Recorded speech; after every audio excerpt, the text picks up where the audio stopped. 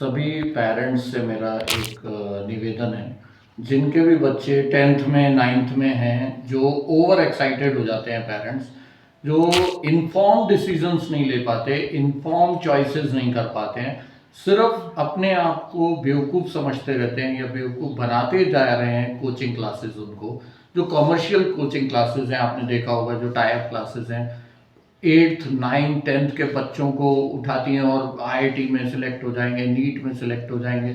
ऐसे पागलपन का जो ये दौर चल रहा है, उसमें आपसे एक रिक्वेस्ट करने के लिए मैं आया हूँ। मेरा सिर्फ इतना सा निवेदन है कि बच्चों के जो इंटरेस्ट है उस पर फोकस कीजिए। सभी पेरेंट्स से रिक्वेस्ट है कि बच्चों का जो इंटरेस्ट है उस पर फोकस कीजिए, ना कि जो आपके बड़े बड़े पेजेस पे एडवर्टाइजमेंट्स आ रहे हैं या सोशल मीडिया पे ऐड चल रही हैं कि आपका बच्चा आईआईटी नीट और ये वो हो जाएगा। अगर सब इंजीनियर और डॉक्टर्स बन जाएंगे तो सोचिए साइकोलॉजी का काम कौन करेगा, फिजियोथेरेपी का काम कौन करेगा, फॉरेंसिक साइंस का काम कौन करेगा, एग्रीकल्चर साइंस पे काम कौन करेगा। ये एकदम बेसिक सी चीज़ें हैं कि हर आदमी डॉक्टर इंजीनियर नहीं बनेगा। तो अगर आपके बच्चे का इंटरेस्ट पहले देखिए। बच्चों से भी मेरा निवेदन है कि अपने माँ बाप को प्रोटेस्ट करें, उनकी बातों को सीधा सीधा ना मान लें आज्ञाकारी पुत्र और आज्ञाकारी पुत्री की तरह कि पापा का सपना था कि मैं इंजीनियर बनूं, मम्मी बोलती थी मैं डॉक्टर बनूं और वो डॉक्टर बन गए। इस तरीके से नहीं होता है। आपको अपना ये जो भेजा दिया हुआ है ना भगवान ने, उस दिमाग का इस्तेमाल करें। एक मैं सिंपल सी चीज़ बताऊंगा कि फॉरेंसिक साइंस करके एक बहुत ही ज़बरदस्त ब्रांच है, बहुत ही अच्छा स्कोप है उसके अंदर। अगर आपका आईक्यू अच्छा है तो BSc, bachelor in science, forensic science की बहुत सारी जगह पर डिग्रीज मिलती हैं। 3 से 4 साल के कोर्सेज होते हैं, वो कीजिए और स्पेशलाइज्ड बनिए किसी भी फील्ड में। 12th तक अगर आपने मैथ साइंस लिया हुआ है या सिर्फ साइंस लिया हुआ है, फॉरेंसिक साइंस में जा सकते हैं।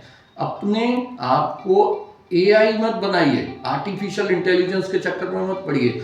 अपना इन्फॉर्म डिसीजन बनाइए, आईडी इन्फॉर्म डिसीजन। अपनी चॉइसेस जो हैं वो सोच समझ कर लीजिए। फॉरेंसिक साइंस एक ब्रांच हो सकती है जिसमें बहुत ज़्यादा आगे आपको स्कोप भी है, आपके इंटेलिजेंस का यूज़ होगा, आपको मज़ा आएगा वो करने में। कोई भी करियर तभी आपको अच्छा या आगे तक लेकर जाएगा जब आपको उसमें इंटरेस्ट होगा। जैसे अगर मैं आपको एक मूवी दिखाने के लिए बैठा दूं, आप बोर हो जाएंगे अगर वो मूवी आपको समझ में ही नहीं आ रही। मान लो मैं तेलुगु मूवी बैठ के देख रहा हूँ, मुझे समझ में ही नहीं आ रहा, तो मैं बोर नहीं हो जाऊंगा? मैं क्या देखता रहूंगा उसको? सेम हम लोग यही कर रहे हैं अपने बच्चों के साथ और अपने खुद के साथ भी। इंटरेस्ट को डिस्कवर कीजिए। 10th तक पूरी तरह से अपनी एजुकेशन पे ध्यान दीजिए, सभी सब्जेक्ट्स पढ़िए। 10th के जो एग्ज़ाम होने के बाद मार्च अप्रैल मई जून 3-4 महीने अपना इंटरेस्ट डिस्कवर कीजिए। अगर आपको नहीं है अभी किसी भी चीज़ में इंटरेस्ट, आपको नहीं समझ में आ रहा, आप कंफ्यूज हैं, हर कोई होता है, मैं खुद कंफ्यूज था क्योंकि मेरे को मालूम ही नहीं था कि मेरा एम क्या, एम्बिशन क्या है। तो उसके लिए दिमाग यूज़ करिए, अपने आप को डिस्कवर कीजिए, आपको किस चीज़ में इंटरेस्ट है।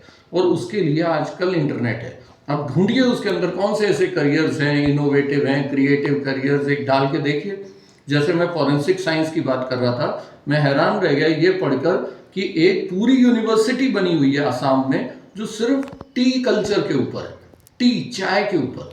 तो अगर आपका किसी चीज़ में इंटरेस्ट नहीं है तो डिस्कवर कीजिए।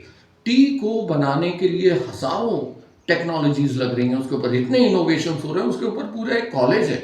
उस कॉलेज में जाइए, उसका पता कीजिए, या आप इंटरनेट पे ढूंढिए कि आपको कौन सी चीज़ ज़्यादा एक्साइट कर पा रही है। ये नहीं कि आप अगर मोबाइल पे गेम खेलना अच्छा लगता है तो गेमर बन जाओ, या आपके मैथ्स अच्छा है तो आप इंजीनियर बन जाओ।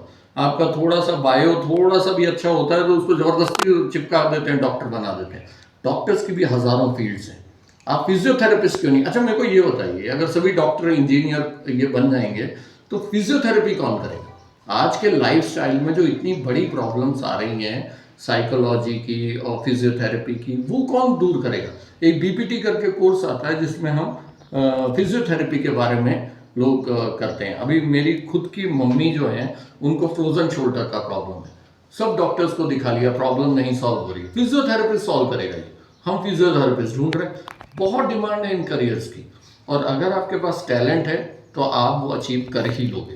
तो अपने टैलेंट पे भरोसा कीजिए, कोचिंग इंस्टीट्यूट्स या कॉमर्शियल इंस्टीट्यूट्स के फुल पेज एडवर्टाइजमेंट के चक्कर में मत पड़िए।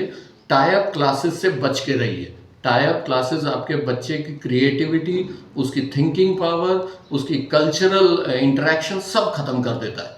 सिर्फ वो क्या बोलते हैं, आपका बच्चा 8th में, 9th में, 10th में, 11th में, आप पूरा दिन हमारे यहाँ भेज दो, 4 घंटे वहाँ बिठा के सिर्फ एक ही चीज़ रट्टाफिकेशन रट्टाफिकेशन एंड रट्टाफिकेशन, और कुछ नहीं होता है। OMR शीट्स पकड़ा देते, गोले भरते रहो गोले भरते रहो, और कुछ नहीं है।